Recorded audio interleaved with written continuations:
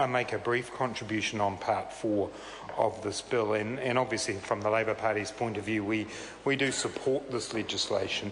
It does represent a modernisation around heritage in New Zealand. It's been a bill that with a fair bit of history and time that's gone into it, and I know at an earlier point in time when I had some portfolio responsibilities in this area, I spoke to a large number of heritage historic places committees locally around the country, and they had mixed views, it would be fair to say, on their imminent going out of existence, but there was a lot of enthusiasm even among those who were concerned about where the local branches might end up, that it was time for us to get our heritage historic places governance and management into a form appropriate for the 21st century. And so I welcome it at that level. It is on that question of local involvement that I want to make a couple of comments, and if the Minister chose to, he could answer perhaps a question, which is around section 75 of the bill, around local authorities having to have particular regard to the recommendations around entries on the New Zealand Heritage List.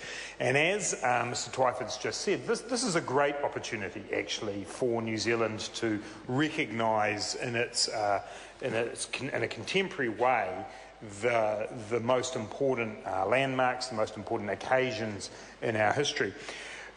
Inevitably, with historic places as we see now and with the heritage list in the future, that relationship between central and local government is critical to helping protect and when the occasion occurs, perhaps change a designation of something. It's actually very complicated. Right here now in Wellington, where we have a number of issues developing around heritage listed buildings and what we can do with them at a local level in relationship to things like earthquake strengthening and so on. And that's causing some tension between the national level desires and the local level practicalities, if I can put it that way. And so when I look at section 75, I see that we are asking local authorities to bear in mind this list, and I guess the question I would have for the Minister is the extent to which the local authority is now being obligated to have particular regard to the recommendations that come through.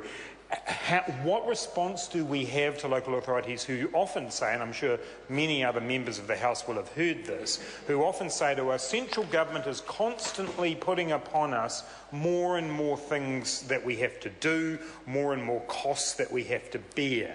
What are we doing as a government to say, we believe in this heritage list, but hello local authorities, you're the ones that are actually going to be bearing the cost of dealing with this.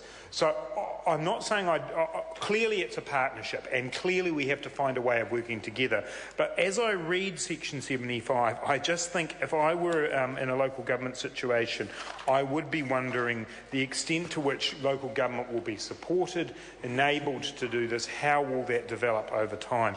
And I think whenever in legislation we as a government, we as a parliament, impose upon somebody else outside of government certain obligations, what are we doing to support those obligations being fulfilled? And I just believe when I look at particularly section 75, it just asks me what that is. I would hate to think, Mr Chair, that this very useful and important idea of creating a heritage list would be undermined in some way by a lack of a relationship with local authorities to enable it to be implemented.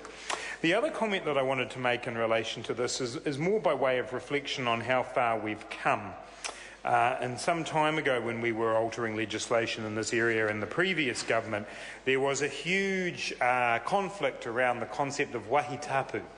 And I spent a little bit of time as a person in a ministerial office here defending the government's ability to recognise wahi tapu against the onslaught of the then national opposition, who thought that this was all PC madness, that this was something that out of sort of witchcraft or something like that, and that we as a government who wanted to get out and protect wahi tapu weren't able to do so because this was outside of what normal people would do.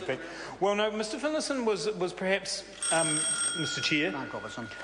Since I've come to talking about Mr. Finlayson, I'm sure he won't mind if I carry on with my call. Mr. Finlayson wasn't so vocal about those issues, and I suspect, in fact, pains as it does me to do this, some credit might need to go to Mr. Finlayson for the fact... Say it again.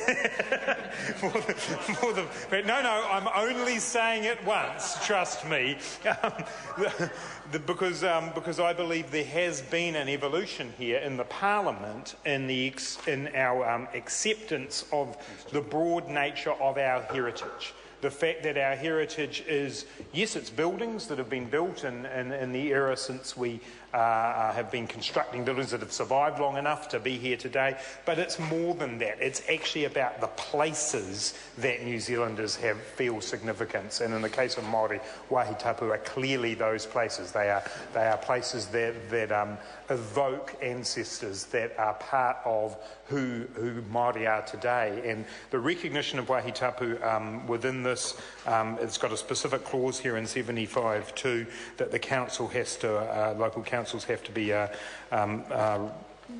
making sure that they've taken appropriate measures to assist in the conservation and protection of those Wāhi Tapu, notwithstanding the comment that I made earlier about how the local authorities will do that. The fact that we have as a parliament moved ourselves to a point where across the Parliament we're agreeing this is something that is a core part of our heritage that is recognised as part of something that should be in legislation, I think is actually a very good development. It's an evolution from the Don Brash National Party.